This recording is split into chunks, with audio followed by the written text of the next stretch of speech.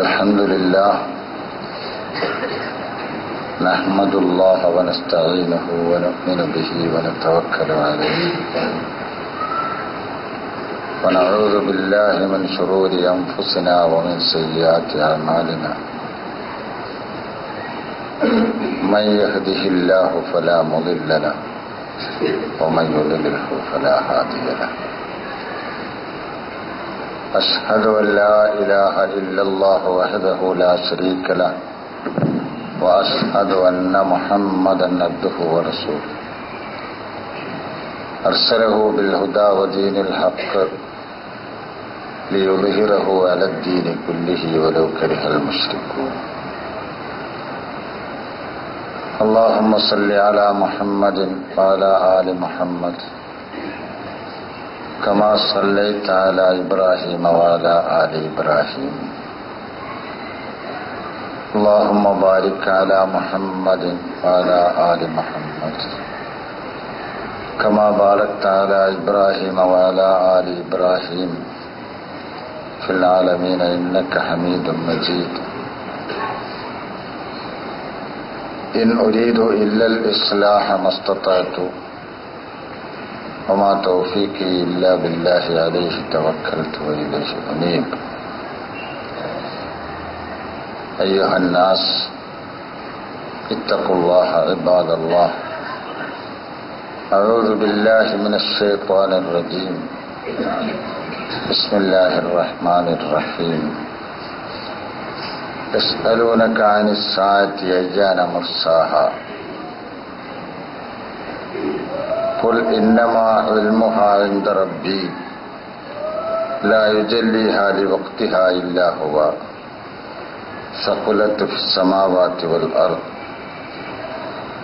لا تأتيكم إلا بغتة يسألونك كأنك حفي عنها قل إنما علمها عند الله ولكن أكثر الناس لا يعلمون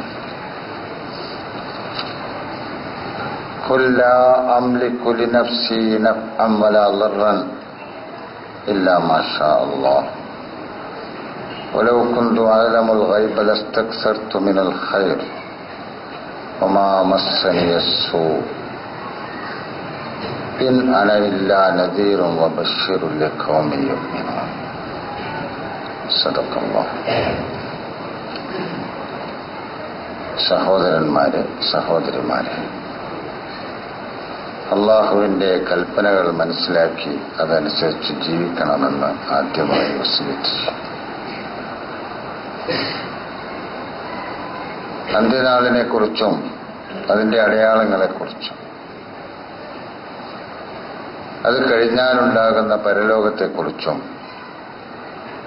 ചില ഖുത്ബകളിൽ തുടരണമെന്ന് ഉദ്ദേശിക്കുന്നു. തുടക്കമായിരുന്നു കഴിഞ്ഞ വെള്ളിയാഴ്ച.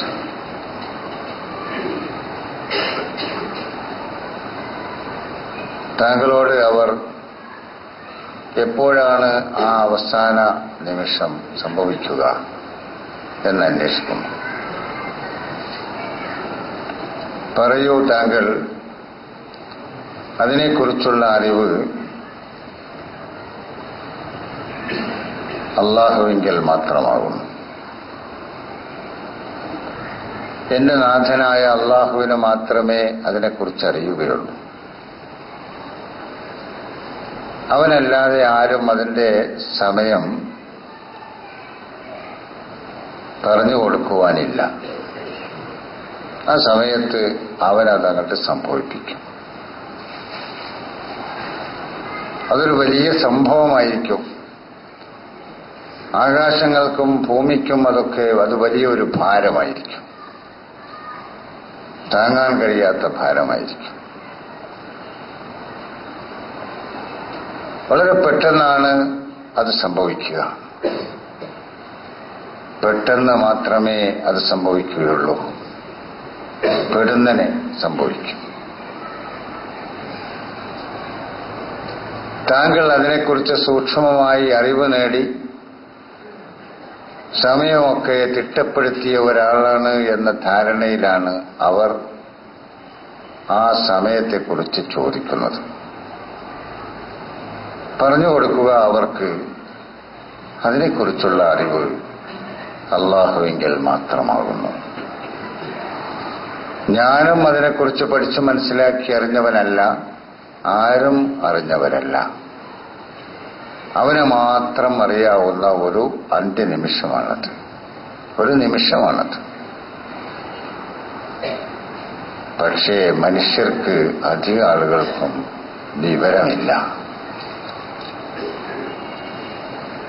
പറഞ്ഞു കൊടുക്കൂ അവർക്ക്, എനിക്ക് സ്വന്തമായി ഒരു ഗുണമോ ദോഷമോ വരുത്താൻ എനിക്ക് കഴിയില്ല.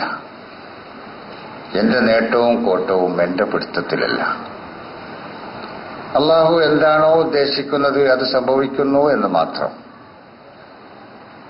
അല്ല, എനിക്കെങ്ങാനും മറിഞ്ഞ കാര്യങ്ങൾ അറിയുമായിരുന്നുവെങ്കിൽ ഒരുപാട് നന്മകൾ ഞാൻ ചെയ്യുകയില്ലേ? കൂടുതൽ കൂടുതൽ ഒരു ദോഷവും എന്നെ പിടികൂടുകയുമില്ലല്ലോ. എനിക്ക് അറിഞ്ഞുകൂടെ കേട്ടോ മറിഞ്ഞ കാര്യങ്ങൾ. ഞാൻ മുന്നറിയിപ്പുകാരൻ മാത്രമാണ്. വിശ്വസിച്ച ജനങ്ങൾക്ക് സന്തോഷം അറിയിക്കുന്നവനുമാണ്. അതിനപ്പുറം എന്റെ കയ്യിലൊന്നുമില്ല. പരിശുദ്ധ ഖുർആനിൽ പലതവണ ആവർത്തിച്ച കാര്യമാണിത്.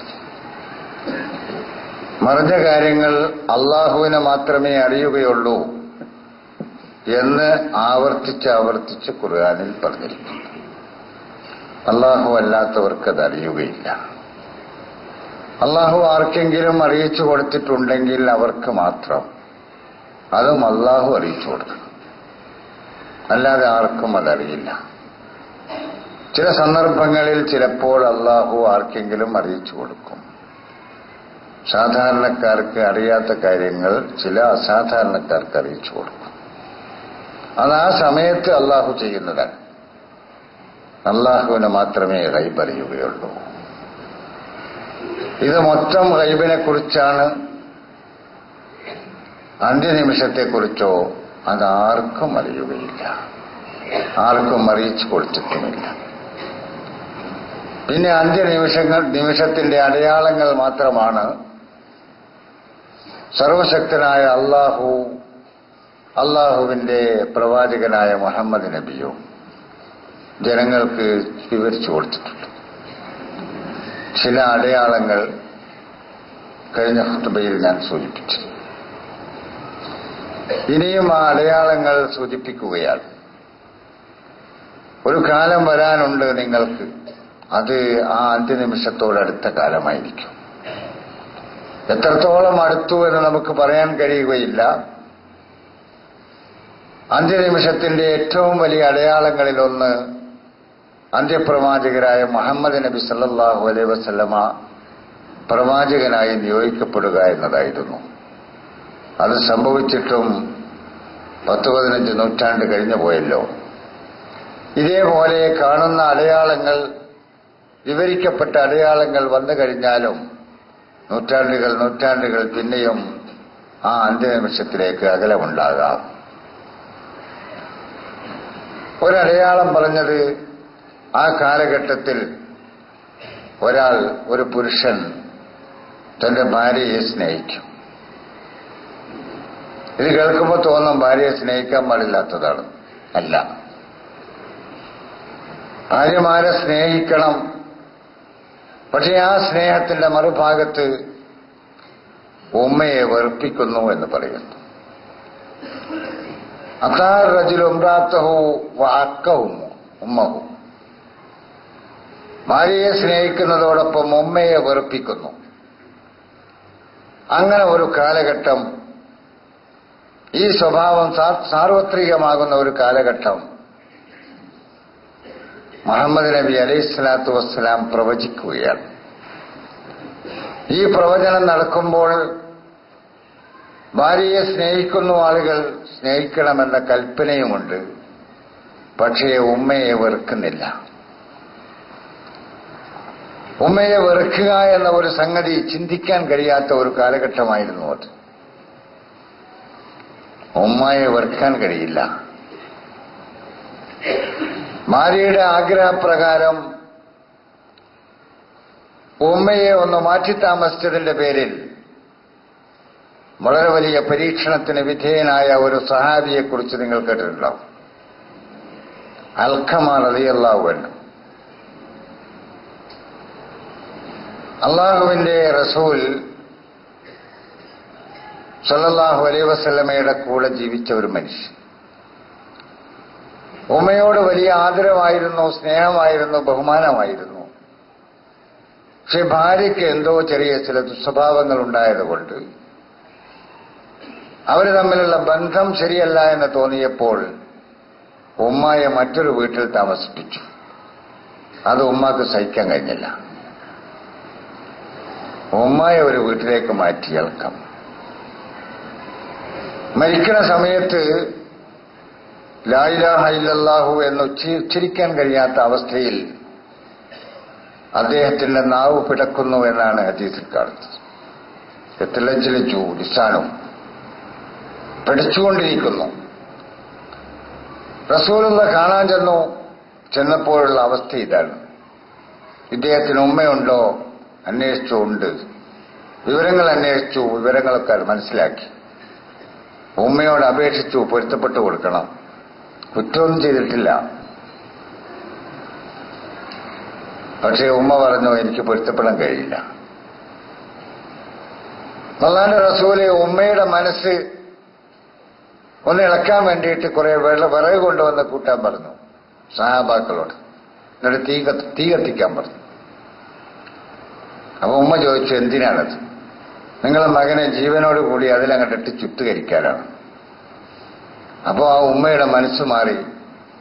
അല്ലാഹുവിന്റെ റസൂലെ, ഞാൻ പൊരുത്തപ്പെട്ടിരിക്കുന്നു, എന്റെ മകനെ ചുടല്ലേ, ഇതിനേക്കാൾ വലിയ തീയിലേക്ക് അവൻ പോകേണ്ടി വരില്ലേ, ഇതിനേക്കാൾ വലിയ ശിക്ഷ അനുഭവിക്കേണ്ടി വരില്ലേ? ഇല്ല, ഞാൻ പൊരുത്തപ്പെട്ടു കൊടുത്തു. അദ്ദേഹത്തിന്റെ പ്രയാസം മാറി എന്ന് പറയുന്നു. ലാ ഇലാഹ ഇല്ലല്ലാഹു ഉച്ചരിച്ചുകൊണ്ട് അദ്ദേഹത്തിന് മരിക്കാൻ അവസരം കിട്ടി. ആ കാലഘട്ടത്തിൽ ജീവിച്ചിരുന്ന മനുഷ്യർക്ക് എല്ലാവരെയും സ്നേഹിക്കാൻ മാത്രമേ അറിയുമായിരുന്നുള്ളൂ. പ്രവാചകന്റെ കൂടെ ആരെയും വെറുക്കാൻ അറിയുമായിരുന്നില്ല. അത് പ്രവാചകൻ പഠിപ്പിച്ച സംസ്കാരത്തിൽപ്പെട്ടതല്ല.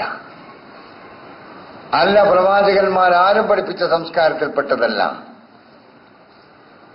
ഉന്നതമായത് സംസ്കാരമാണല്ലോ. ആ സംസ്കാരങ്ങളിൽ ഏറ്റവും വലിയ സംസ്കാരങ്ങളിൽ ഒന്നാണ് ആരെയും വെറുക്കാതിരിക്കുക എന്നത്. എതിരാളിയെപ്പോലും വെറുക്കാതിരിക്കുക,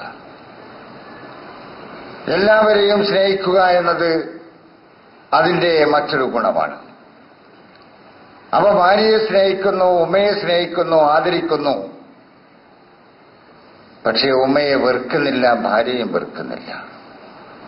ഭാര്യയുടെ സ്നേഹം നിലനിർത്തുവാൻ വേണ്ടി ഉമ്മയെ വെറുക്കുക എന്ന് പറഞ്ഞ അവസ്ഥ, അത് അവർക്ക് മനസ്സിലാകാത്ത ഒരു കാലഘട്ടത്തിലാണ് പ്രവാചകൻ പ്രവചിക്കുന്നത്.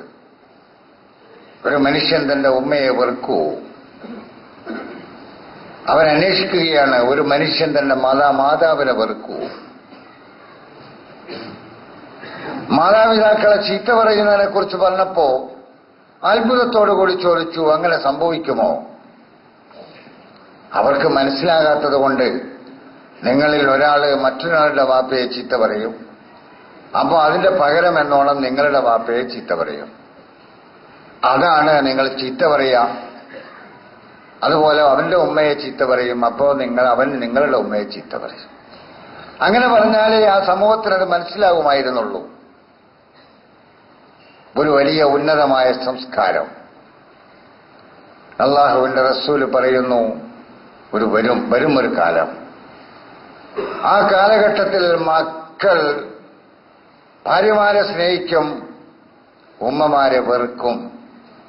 വെറുക്കുക മാത്രമല്ല, വെറുപ്പിക്കുകയും ചെയ്യും. ഉമ്മയുടെ മുമ്പിൽ നിന്നുകൊണ്ട് ഛേന്ന് പോലും പറയാൻ ധൈര്യം കാണിക്കാത്തവരായിരുന്നു ആ സംസ്കാര സമ്പന്നരായ ഇസ്ലാമിസ്റ്റുകൾ. മുസ്ലിങ്ങളിൽ വളർത്തിയെടുത്ത സംസ്കാരം. പ്രവാചകൻ പറയുന്നു, ഈ കാലഘട്ടം ആ അന്ത്യനിമിഷത്തോടടുത്ത കാലഘട്ടമാണ്. വാദിന സദീഖഹു വാഖ്സ അബാഹു, സ്നേഹിതനോട് വലിയ അടുപ്പം കാണിക്കണം. സ്നേഹിതന്മാരാണെങ്കിൽ പരസ്പരം അടുപ്പമുള്ളവരായിരിക്കണം, അല്ലെങ്കിൽ അവർ സ്നേഹിതന്മാരാകില്ലല്ലോ. അത് കുറ്റമാണെന്നല്ല, പക്ഷേ വാഖ്സ അബാഹു, ബാപ്പയെ അകറ്റി നിർത്തുന്നു. സ്നേഹിതന്മാരെ അടുപ്പിക്കുകയും ബാപ്പയെ അകറ്റി നിർത്തുകയും ചെയ്യുന്നു. ബാപ്പ അകലമാണ്, ബാപ്പായോട് അടുപ്പമില്ല, ബാപ്പായുടെ അടുത്ത് ചെല്ലുകയില്ല. ബാപ്പ ഏതെങ്കിലും ഒരു ഭാഗത്തിരിക്കുന്നുവെങ്കിൽ മറുഭാഗത്ത് കൂടി കയറിപ്പോകും. ബാപ്പയുടെയും പ്രകൃതി അങ്ങനെ ആയിരിക്കും ഒരു പക്ഷെ. കൂടിയാലോചിക്കുകയില്ല. ഈ വയസ്സായ വാപ്പാക്ക് വാപ്പയോട് കൂടിയാലോചിച്ചിട്ട് എന്താ കാര്യം? വലിയ സമ്പന്നനാണ്, വലിയ വ്യവസായിയാണ്, വലിയ ബിസിനസ്സുകാരനാണ്. ഒരുപാട് ബിസിനസ് സംരംഭങ്ങൾ പുതിയതുണ്ടാക്കിക്കൊണ്ടിരിക്കുന്നു. പക്ഷെ ബാപ്പ അറിയില്ല, ബാപ്പയോട് പറയില്ല. ബാപ്പ വളരെ അകലമാണ്. ബാപ്പ അത് അറിയുന്നത് അദ്ദേഹത്തിന്റെ സ്നേഹിതന്മാരിൽ നിന്നാണ്. മകന്റെ ചങ്ങാതിമാര് പറയും, നിങ്ങളുടെ മകൻ അവിടെ ഒരു കട തുടങ്ങിയിട്ടുണ്ടല്ലോ, നിങ്ങളുടെ മകൻ അവിടെ ഒരു ഫാക്ടറി ഉദ്ഘാടനം തുടങ്ങിയല്ലോ. അപ്പോഴാണ് ബാപ്പ അറിയുന്നത്. ബാപ്പയോട് പറഞ്ഞിട്ട് കാര്യമില്ല. ബാപ്പാക്ക് ഈ വയസ്സുകാലത്ത് അതൊക്കെ ചിന്തിച്ചിട്ട് എന്താ കാര്യം? ബാപ്പ ഒരു മൂലക്കിരിക്കട്ടെ. ആ മനസ്സ് പ്രായാധിക്യത്തിലെ അറുതലുകളിലെത്തിയാൽ പോലും പുതിയ സംരംഭങ്ങൾ ബാപ്പയുടെ മുമ്പിലാണ് ആദ്യമായി അവതരിപ്പിക്കേണ്ടത് എന്ന സംസ്കാരം പ്രവാചകൻ സല്ലല്ലാഹു അലൈഹി വസല്ലം പഠിപ്പിച്ചു. ബാപ്പയുടെ മുമ്പിലാണ് അവതരിപ്പിക്കേണ്ടത്. ആ ബാപ്പയെ അഖ്സ അബാഹു, ബാപ്പ വളരെ അകലമാണ്, ബാപ്പയെ കുറെ അകലത്ത് നിർത്തി. അങ്ങനെ ഒരു കാലം വരും. അത് അപ്പറഞ്ഞ സ്നേഹത്തിന്റെ അടയാളങ്ങളാണ്. അതേ അന്ത്യനിമിഷം ആർക്കും അറിയാത്ത, എപ്പോൾ സംഭവിക്കുമെന്ന് ആർക്കും അറിയാത്ത അന്ത്യനിമിഷമില്ലേ? എന്നാൽ എല്ലാവരും അംഗീകരിക്കുന്ന, എതിരാളികൾ മാത്രം അല്ലെങ്കിൽ അനുയായികൾ മാത്രമല്ല, എതിരാളികൾ പോലും അംഗീകരിക്കുന്ന, എല്ലാവർക്കും അറിയാം അത് സംഭവിക്കും. അവനവനിൽ സംഭവിക്കുമെന്നതിൽ തർക്കമില്ല. ഈ കാണുന്ന വിശാലമായ പ്രപഞ്ചം ഒരു കാലത്ത് നശിക്കുമെന്നതിലും തർക്കമില്ല. അതെപ്പോൾ എന്നത് മാത്രമാണ് അറിയാതെ പോകുന്നത്. അതിന്റെ അടയാളങ്ങളിൽ ഒന്നാണ് സ്നേഹിതന്മാരെ അടുപ്പിക്കുകയും പിതാവിനെ അകറ്റി നിർത്തുകയും ചെയ്യുക എന്നത്. അതേപോലെ വസാദൽ കബീല ഫാസിഖുഹും, ഒരു കുടുംബത്തെ നയിക്കുന്നത് ആ കുടുംബത്തിലെ ഏറ്റവും മോശക്കാരനായിരിക്കും. ഞാനിങ്ങനെ നമ്മൾ ചിന്തിക്കാൻ വേണ്ടി പറയുക, നമ്മുടെ പരിസരം നമുക്കറിയാമല്ലോ. ഒരു കുടുംബത്തെ നയിക്കുന്നത് ആ കുടുംബത്തിലെ ഏറ്റവും വലിയ ഫാസിഖ്. അതേപോലെ വക്കാന സഈമുൽ ഖൗമി അർദലുഹു, ഒരു ജനതയെ നയിച്ചുകൊണ്ടിരിക്കുന്നവൻ ആ ജനതയിലെ ഏറ്റവും വൃത്തികെട്ട സ്വഭാവക്കാരനായിരിക്കും. നമ്മുടെ കാലഘട്ടം നമ്മുടെ മനസ്സുകളിലൂടെ കടന്നു പോകണം. അതേപോലെ ഒരു മനുഷ്യൻ ആദരിക്കപ്പെടുന്നു, അദ്ദേഹത്തിലെ സൽഗുണങ്ങൾ മുമ്പിൽ വെച്ചുകൊണ്ട് ആദരിക്കപ്പെടുകയല്ല. അവനെ ആദരിച്ചിട്ടില്ലെങ്കിൽ അവൻ ഉപദ്രവിക്കുമല്ലോ എന്ന ഭയം കൊണ്ട് ആദരിക്കപ്പെടുന്നു. അവനെ ഞാൻ ആദരിച്ചിട്ടില്ലെങ്കിൽ അവൻ എന്നെ ബുദ്ധിമുട്ടിക്കുമല്ലോ, പ്രയാസപ്പെടുത്തുമല്ലോ, ശല്യപ്പെടുത്തുമല്ലോ. ആ ഭയം കാരണത്താൽ ആദരിക്കപ്പെടുന്നു. കടന്നുപോകട്ടെ നമ്മുടെ ചുറ്റുപാടുകളിലൂടെ നമ്മുടെ മനസ്സുകൾ കടന്നു പോകട്ടെ. നമുക്ക് മനസ്സിലാകും പ്രവാചകന്റെ ആ ദീർഘദർശനം, ആ പ്രവചനം, അതിപ്പോൾ നമ്മളിൽ ഇങ്ങനെ നടന്നുകൊണ്ടിരിക്കുകയാണ്. അതേപോലെ വശുരിബത്തുൽ ഹുമൂർ, കുടിക്കപ്പെടുന്നു, ലഹരി പദാർത്ഥങ്ങൾ ഉപയോഗിച്ചുകൊണ്ടിരിക്കുന്നു. കണക്കുകൾ നമ്മൾ പത്രത്തിൽ വായിക്കാറില്ലേ? എത്ര ആളുകൾ കുടിച്ചു എന്നതല്ല, എത്ര കോടി രൂപയുടെ മദ്യം ചെലവഴിച്ചു. വിറ്റ് തീർത്തു. എത്ര കോടി ഒരു രാത്രിയിൽ! അത് വിശേഷപ്പെട്ട രാത്രികളാകുമ്പോൾ, പെരുന്നാൾ രാത്രികളിൽ, ഓണത്തോടടുത്ത രാത്രികളിൽ, അതേപോലെ തന്നെ മഹാനായ ഈസാ നബി അലൈഹിസ്സലാമിനെ അനുസ്മരിക്കുന്നു എന്നവകാശപ്പെടുന്ന രാത്രികളിൽ ഏറ്റവും കൂടുതൽ ലഹരി പദാർത്ഥങ്ങൾ വിൽക്കപ്പെടുന്നു. ശുരിബത്തുൽ ഹുമൂർ വലാന ആഖിറു ഹാദിഹിൽ ഉമ്മത്തി അവ്വലഹ. ഈ സമൂഹത്തിന്റെ അവസാനത്തിൽ കഴിഞ്ഞുകൂടുന്ന നമ്മൾ ഇതിന്റെ ആദ്യത്തെ ആളുകളെ ശപിച്ചുകൊണ്ടിരിക്കുന്നു. അവരങ്ങനെ ചെയ്തുകൊണ്ടാണല്ലോ ഇങ്ങനെ സംഭവിച്ചത്. അവരങ്ങനെ കാട്ടി, അവരിങ്ങനെ കാട്ടി, അവരാ തെറ്റ് ചെയ്തു, ഇവർ തെറ്റ് ചെയ്തു. തെറ്റുകളെല്ലാം കഴിഞ്ഞ തലമുറയിലേക്ക് വിട്ടുകൊടുത്തുകൊണ്ട് തെറ്റുകളിൽ നിന്നും കുറ്റങ്ങളിൽ നിന്നും സംശുദ്ധരായി ജീവിക്കുന്ന തലമുറ എല്ലാ ഗുണങ്ങളുടെയും എല്ലാ നന്മകളുടെയും ആൾക്കാരായി മാറി സ്വയം സമൂഹത്തിന്റെ മുമ്പിൽ അവതരിപ്പിക്കുന്നു. എന്തെങ്കിലും വല്ല കുറ്റവും സംഭവിച്ചിട്ടുണ്ടെങ്കിൽ അത് എന്റെ പൂർവികന്മാര് ചെയ്ത കുറ്റമാകുന്നു. അഹമ്മദ് തുർമുദി പോലെയുള്ള ഹദീസ് പണ്ഡിതന്മാർ റിപ്പോർട്ട് ചെയ്ത ഹദീസ്. അതേപോലെ അല്ലാഹുവിന്റെ റസൂൽ വീണ്ടും പറയുന്നു, സേത്തി അലന്നാസി സമാൻ, ഒരു നാള് വരാൻ പോകുന്നുണ്ട് മനുഷ്യർക്ക്, ലാ യനാലുൽ മുൽക്കു ഇല്ലാ ബിൽ ഖത്ൽ, അധികാരം ഒരിക്കലും കൊലയിലൂടെയല്ലാതെ നേടിയെടുക്കാൻ കഴിയാത്തൊരു കാലം. അധികാരം കിട്ടണമെങ്കിൽ മറ്റു പലരെയും കൊല്ലണം. കൊന്നുകൊണ്ടല്ലാതെ അധികാരം കിട്ടാത്ത ഒരു കാലം വരും. കുറെ കാലമായി അത് തന്നെയാണ് ലോകത്ത് നടന്നുകൊണ്ടിരിക്കുന്നത്. ഇപ്പോൾ മാത്രമല്ല, ഖിലാഫത്തുർ റാഷിദയുടെ ശേഷം അധികാരം പിടിച്ചെടുത്തതൊക്കെ കൊന്നുകൊണ്ടായിരുന്നു എന്ന ചരിത്ര സത്യം, യാഥാർത്ഥ്യം നമ്മൾ ചരിത്രത്തിലൂടെ എങ്ങനെ വായിച്ചാൽ മനസ്സിലാവും.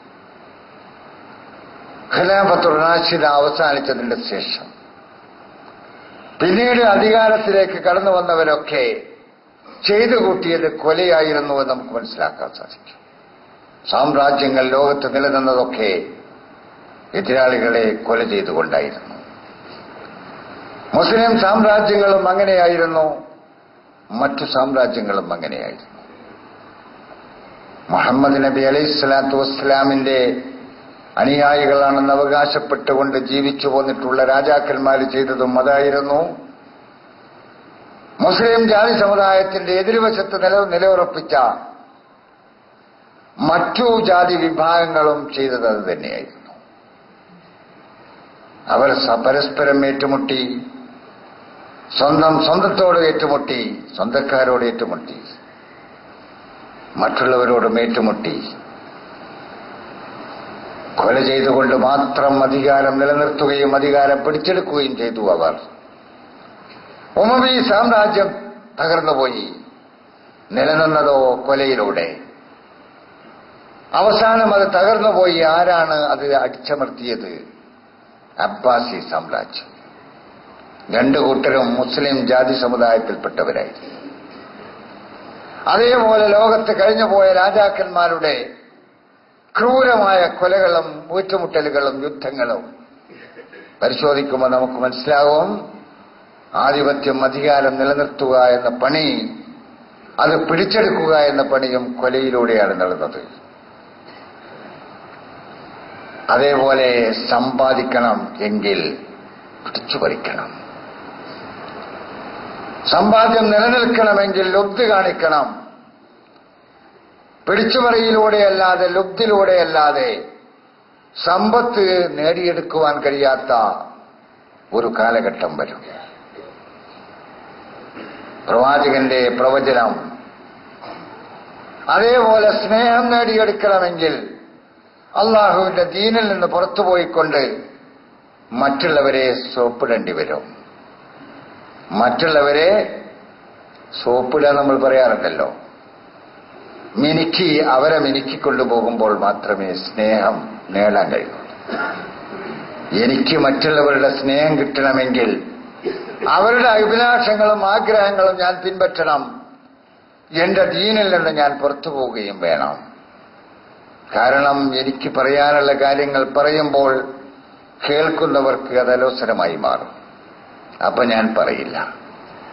പിന്നെ ഞാൻ പറയണമല്ലോ, അത് കേൾക്കുന്നവർക്ക് അലോസരം തോന്നാത്ത, അവരെ പ്രീതിപ്പെടുത്തുന്ന, അവരെ സ്നേഹിക്കുന്ന, അവരെ സ്നേഹിപ്പിക്കുന്ന, അവർക്ക് അനുകൂലമായി പറയുന്ന പറച്ചില് മാത്രമേ എനിക്ക് നടത്താൻ പറ്റൂ. ഇല്ല ബിസ്തിഖ്റാജിദ്ദീൻ, ദീന് വിട്ടുകൊണ്ടല്ലാതെ സ്നേഹം നേടാൻ കഴിയുകയില്ല. പിന്നെയോ ഒത്തിബായിൽ ഹവ,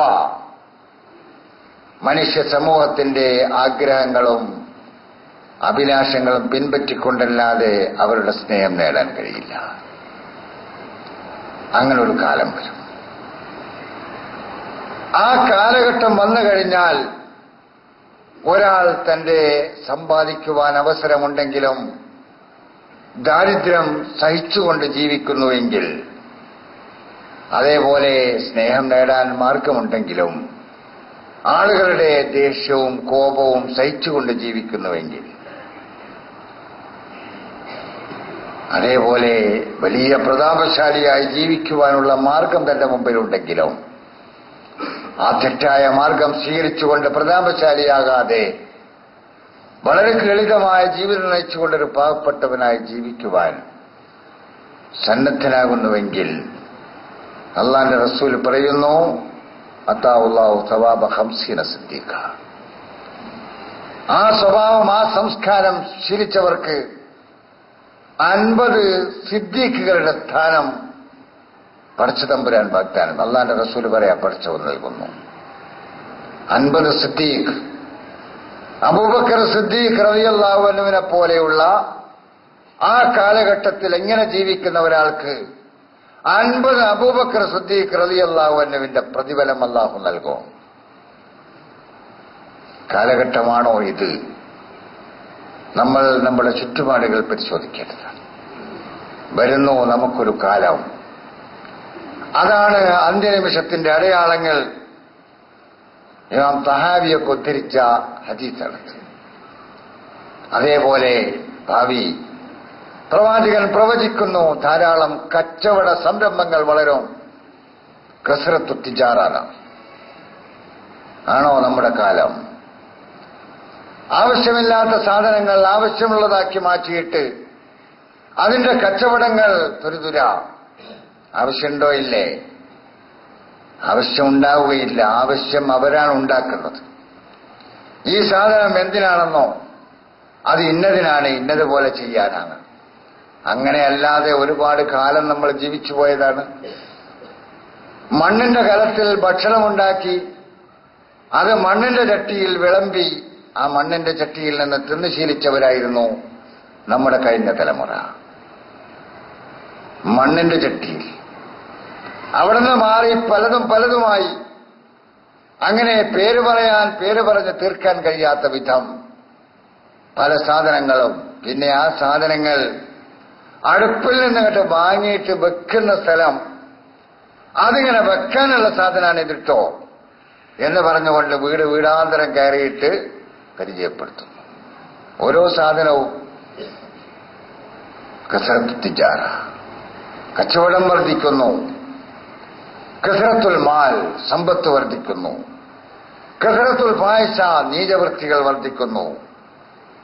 അതേപോലെ ഇംറത്തു സബിയാൻ, അധികാരവും ആധിപത്യവും സ്വാധീനവും ഒക്കെ കുട്ടികളുടെ കയ്യിൽ വരുന്നു. കുട്ടികൾ എന്ന് പറഞ്ഞാൽ കൊച്ചുകുട്ടികൾ എന്നല്ല, പക്വതയെത്തുന്നതിന് മുമ്പത്തെ പ്രായത്തിലുള്ള ആളുകളെയാണ് പറയും. പക്വത പ്രാപിക്കുമ്പോൾ അതിനൊരു പ്രായം സാധാരണഗതിയിൽ പ്രവാചകന്മാർക്ക് പ്രവാചകത്വം നൽകി.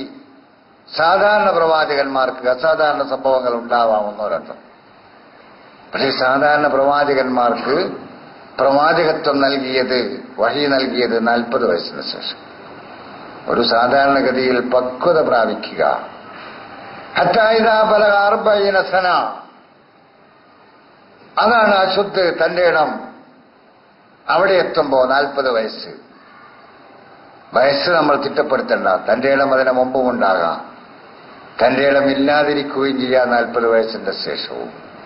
പക്ഷെ സാധാരണഗതിയിൽ ഒരു പൊതുവായി അംഗീകരിക്കപ്പെടുന്നത്, അതിനിപ്പുറം പക്വതയെത്തിയിട്ടില്ലാത്ത ആളുകൾക്ക് അധികാരം, സ്വാധീനം, അത് ആ അന്ത്യനിമിഷത്തിന്റെ അടയാളങ്ങളിൽ ഒന്നായി പ്രവാചകൻ എണ്ണുന്നു.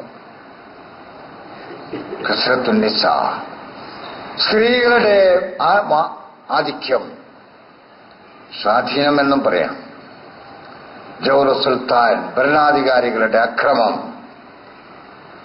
ഒരു കാലം വരുന്നു അന്ന് എന്റെ വീട്ടിൽ ഞാനൊരു കുട്ടിയെ വളർത്തുന്നതിന് പകരം ഒരു വളർത്തുപട്ടിയെ വളർത്തലായിരിക്കും ഹൈറ് എന്ന് ചിന്തിക്കുന്ന രക്ഷിതാക്കൾ ജീവിക്കുന്ന ഒരു കാലം വരും. 1500 കൊല്ലം മുമ്പ് വരാനുള്ള ഒരു കാലഘട്ടത്തെ പ്രവാചകൻ ദീർഘദർശനം ചെയ്യുന്നു, പ്രവചിക്കുന്നു. ആണോ? ഒരു മകനെ വളർത്തിയെടുത്താൽ ഉണ്ടാകുന്ന ഗുണവും ദോഷവും, അതിന്റെ ദോഷത്തിന്റെ ആധിക്യം കൊണ്ട് ഒരു പിതാവ് ആഗ്രഹിക്കുന്നു, ഒരു മാതാവ് ആഗ്രഹിക്കുന്നു, ഒരു മകനെ വളർത്തുന്നതിനേക്കാൾ നല്ലത്, ഒരു മകളെ വളർത്തുന്നതിനേക്കാൾ നല്ലത് ഒരു വളർത്തുപട്ടിയെ വളർത്തലാകുന്നു. അങ്ങനെ രക്ഷിതാക്കൾ ചിന്തിക്കുന്ന ഒരു കാലം വരാൻ പോകുന്നു. ആണോ? നമ്മുടെ കാലം നമ്മൾ ആലോചിച്ച് നോക്കൂ. നമ്മുടെ വീട്ടിൽ നമ്മൾ വളർത്തുന്ന കുട്ടികൾ, ആ കുട്ടികൾ നമുക്ക് തന്നെ പ്രയാസങ്ങൾ ഉണ്ടാക്കി, നമ്മുടെ മുമ്പിൽ തന്നെ മാർഗതടസ്സങ്ങൾ സൃഷ്ടിച്ച് നമുക്കൊരുപാട് പ്രയാസങ്ങൾ മാത്രമല്ല മാനക്കേടുകൾ വരുത്തി, മനുഷ്യരുടെ മുമ്പിൽ പുറത്തേക്കിറങ്ങി വരാൻ, തന്നെപ്പോലെയുള്ള മനുഷ്യരുടെ മുമ്പിലേക്ക് വരാൻ കഴിയാത്ത വിധം അപമാനിതരായി കഴിഞ്ഞുകൂടേണ്ടി വരുന്ന രക്ഷിതാക്കൾ. എന്റെ മകനാണല്ലോ അവിടെ, എന്റെ മകനാണല്ലോ ഇവിടെ, എന്റെ മകളെക്കുറിച്ചാണല്ലോ ആ പറയുന്നത്. എന്റെ മക്കൾ പഠിച്ചവനെ മദ്യഷാപ്പിൽ നിന്ന് കള്ളുകുടിച്ചുകൊണ്ട് മത്തുപിടിച്ചുകൊണ്ട് വീട്ടിൽ കയറി വരുന്നു. മാതാപിതാക്കൾക്ക് സ്വൈരമില്ലാതെ, കൊച്ചു കുഞ്ഞുങ്ങൾക്ക് പോലും സ്വൈരമില്ലാതെ. ആണോ? ആ കാലമാണോ നമ്മുടേത്? നമ്മൾ ആലോചിച്ച് നോക്കൂ. അതേപോലെ വലിയവരെ ആദരിക്കാത്ത, കുഞ്ഞുങ്ങളോട് സ്നേഹമില്ലാത്ത,